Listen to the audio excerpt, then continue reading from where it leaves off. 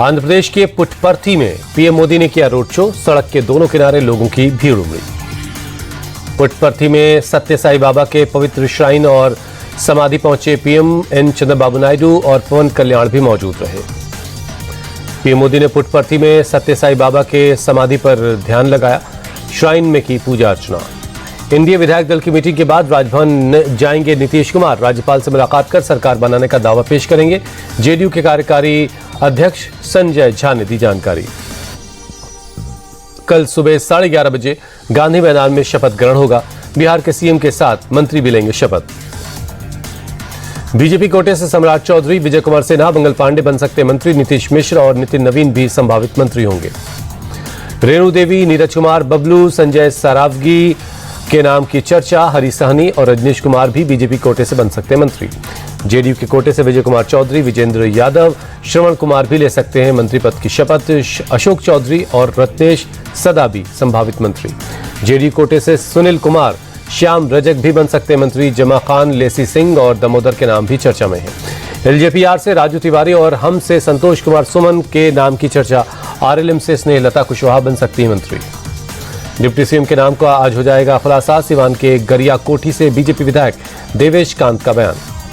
पटना पहुंचे केशव प्रसाद मौर्य, बोले जो होगा अच्छा होगा, बिहार आगे बढ़ेगा। सरकार गठन के लिए बीजेपी के केंद्रीय पर्यवेक्षक केशव प्रसाद मौर्य हैं।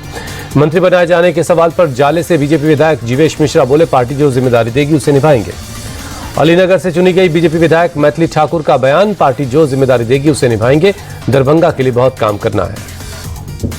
तेजस्वी यादव पर रोहिणी आचार्य के हमले जारी, कहा पिता की मदद के वक्त बेटा भाग गया, उपदेश देने वाले किसी को खून तक नहीं दे सकते। रोहिणी आचार्य ने कहा लालू जी के नाम पर हमदर्दी बटोरने वाले पहले खुद किडनी दान करें, मुझे गलत बताने वाले खुले मंच पर बहस के लिए तैयार रहे। बीजेपी नेता नितिन नवीन का तेजस्वी पर अटैक, कहा वो ना पार्टी संभाल पाए ना परिवार, अब ईवीएम को हार का बहाना बता रहे हैं। पटना पहुंचने के बाद सह पर्यवेक्षक साध्वी निरंजन ज्योति ने आरजेडी पर किया हमला, कहा जिनकी बेटियां अपने घरों में सुरक्षित नहीं, वो बिहार की बेटियों को कैसे सुरक्षा देते। साध्वी निरंजन ज्योति ने एनडीए की भारी जीत के लिए बिहार की जनता का आभार जताया, कहा बिहार की जनता ने विकास और सुशासन को चुना। पश्चिमी मेदिनीपुर में बीजेपी नेता दिलीप घोष बोले हम टीएमसी को टक्कर देने के लिए पूरी तरह तैयार हैं। पूर्व प्रधानमंत्री इंदिरा गांधी की जयंती आज, प्रधानमंत्री मोदी ने ट्वीट कर दी श्रद्धांजलि। दिल्ली में शक्ति स्थल पर इंदिरा गांधी को श्रद्धांजलि, सोनिया गांधी, राहुल गांधी और खड़गे ने फूल चढ़ाए। अल फलाह यूनिवर्सिटी के फाउंडर जवाद सिद्दीकी को 13 दिन की कस्टडी में भेजा गया। साकेत कोर्ट ने 1 दिसंबर तक ईडी की कस्टडी में भेजा। ईडी की गिरफ्तारी के बाद जवाद सिद्दीकी का मेडिकल करवाया गया, उसके बाद दिल्ली के साकेत कोर्ट में पेश किया गया। ईडी ने अल फलाह यूनिवर्सिटी से जुड़े 25 ठिकानों पर रेड की, मनी लॉन्ड्रिंग से जुड़े सुराग मिलने का दावा। ईडी की टीम ने रेड के दौरान 48 लाख कैश, कई डिजिटल डिवाइस और अहम दस्तावेज बरामद किए। कई शेल कंपनियों के सबूत मिले।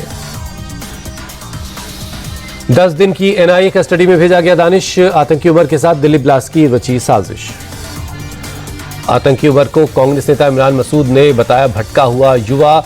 उमर का वीडियो सामने आने के बाद बोले इमरान मसूद के बयान पर बीजेपी का पलटवार। मोहसिन रजा बोले कांग्रेस हमेशा आतंकियों का समर्थन करती आई है। बीजेपी सांसद दिनेश शर्मा ने भी इमरान मसूद को दिया जवाब, का आतंकवाद करने वालों के प्रति सहानुभूति न रखें। बागेश्वर धाम के पीठाधीश्वर पंडित धीरेन्द्र शास्त्री की पदयात्रा के दौरान फरीदाबाद में विस्फोटक मिलने पर बाबा ने कहा आतंकी यात्रा में विस्फोट करना चाहते थे। शेख हसीना के बेटे सजीब वाजेद ने पीएम मोदी का जताया आभार, का संकट के वक्त भारत ने मेरी मां की जान बचाई, अगर वो बांग्लादेश नहीं छोड़ती तो उग्रवादियों ने उनकी हत्या की योजना बना ली होती। शेख हसीना के प्रत्यर्पण पर सजीब वाजेद बोले प्रत्यर्पण के लिए उचित प्रक्रिया का होना आवश्यक, जबकि बांग्लादेश में एक अनिर्वाचित, असंवैधानिक और अवैध सरकार है। गुवाहाटी में आरएसएस के शताब्दी समारोह में पहुंचे संघ प्रमुख मोहन भागवत का जो भारत में पर गर्व करता है, जो हमारी संस्कृति की विरासत को लेकर चलता है, वो हिंदू है।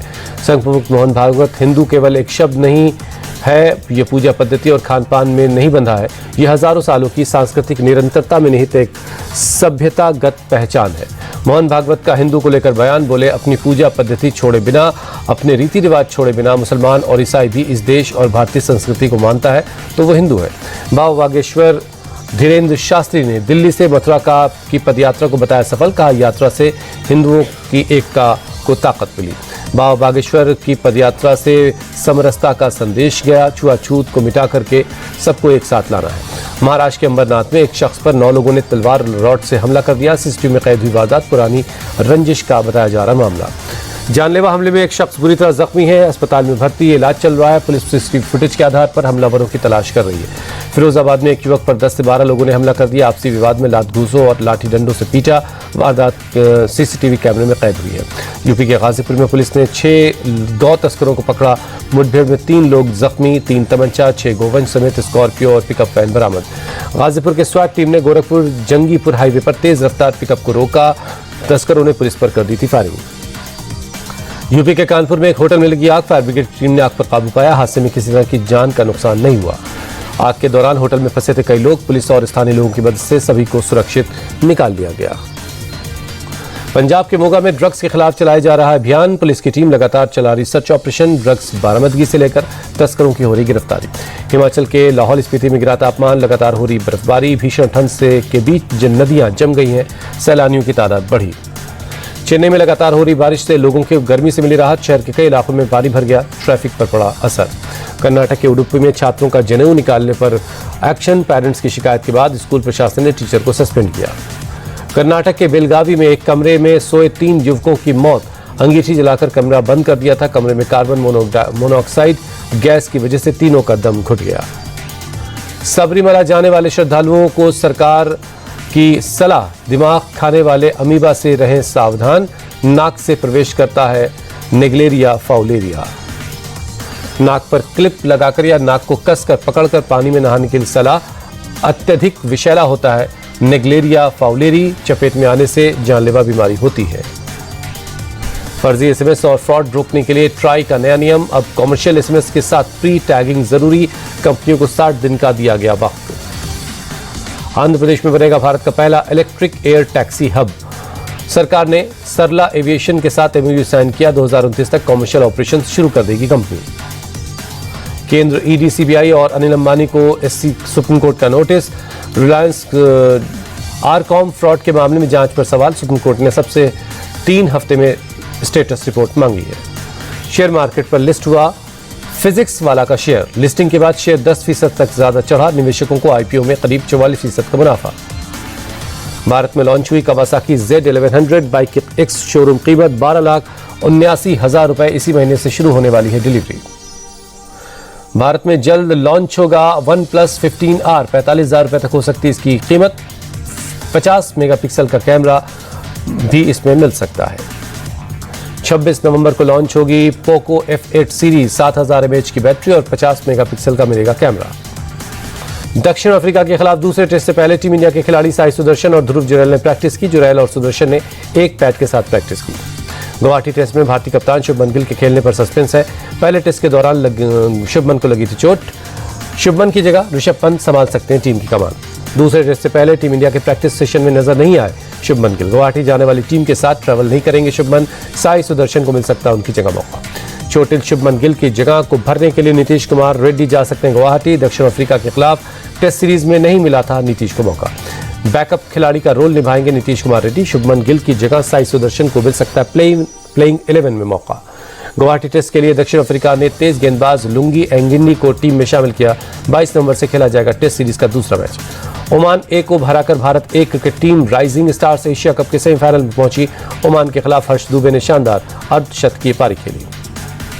आईसीसी ने पाकिस्तानी क्रिकेटर बाबर आजम को आचार संहिता के लेवल 1 का उल्लंघन करने का दोषी पाया। मैच फीस का 10% जुर्माना लगाया। भारत और बांग्लादेश के बीच होने वाली महिला वनडे और T20 सीरीज स्थगित। बांग्लादेश के खिलाफ भारत को दिसंबर में ये सीरीज खेलनी थी। वर्ल्ड मुक्केबाजी कप में भारतीय मुक्केबाज प्रीति पवार ने किया बड़ा उलटफेर। ओलंपिक पदक विजेता और 3 बार की वर्ल्ड चैंपियन चीनी ताइपे की हुआंग सियाओ वेन को 4-0 से हराया। अरुंधति चौधरी ने जीत के साथ खिताबी मुकाबले में प्रवेश किया। अरुंधति ने 70 किलोग्राम वेट कैटेगरी के सेमीफाइनल में वर्ल्ड कप पदक विजेता जर्मनी के लियोनी को हराया। परवीन हुड्डा ने 60 किलोग्राम वर्ग कैटेगरी में पोलैंड के वर्ल्ड चैंपियनशिप के रजत पदक विजेता राइगेल्स का अनेटा एल्जिबिएटा को 3-2 से हराया। परवीन ने एशियाई खेल 2023 के बाद से पहली अंतर्राष्ट्रीय प्रतियोगिता में हिस्सा लिया है। मीनाक्षी ने कोरिया की बाक चो रोंग के खिलाफ 5-0 की आसान जीत हासिल की। पूरे मुकाबले के दौरान मीनाक्षी ने बाक चो रोंग को कोई मौका नहीं दिया। ग्रैंड मास्टर अर्जुन एरिगेसी ने वर्ल्ड शतरंज कप में चीन के वेई यी के खिलाफ दूसरी बाजी ड्रॉ खेली। क्वार्टर फाइनल मुकाबले का फैसला टाई ब्रेकर में होगा। सात्विक चिराग की जोड़ी ने ऑस्ट्रेलियन ओपन के मेंस डबल्स के दूसरे दौर में जगह बनाई। विमेंस डबल्स में ट्रीसी गायत्री की जोड़ी को हराकर बाहर किया। ढाका हवाई अड्डे पर 10 घंटे तक फंसे रहे भारतीय तीरंदाज तकनीकी खराबी के कारण उड़ाने रद्द। निशानेबाज मनु भाकर ने अपने खराब प्रदर्शन को लेकर सफाई दी, कहा हर दिन नहीं जीत सकते। टेनिस खिलाड़ी कार्लोस अल्काराज ने इंजरी की वजह से डेविस कप फाइनल से नाम वापस लिया। सोशल मीडिया के जरिए फैसले की जानकारी दी। जर्मनी और नीदरलैंड ने फीफा वर्ल्ड कप 2026 के लिए क्वालिफाई किया। जर्मनी ने स्लोवाकिया को 6-0 से हराया। नीदरलैंड ने लिथुआनिया को 4-0 से शिकस्त देकर क्वालिफाई किया।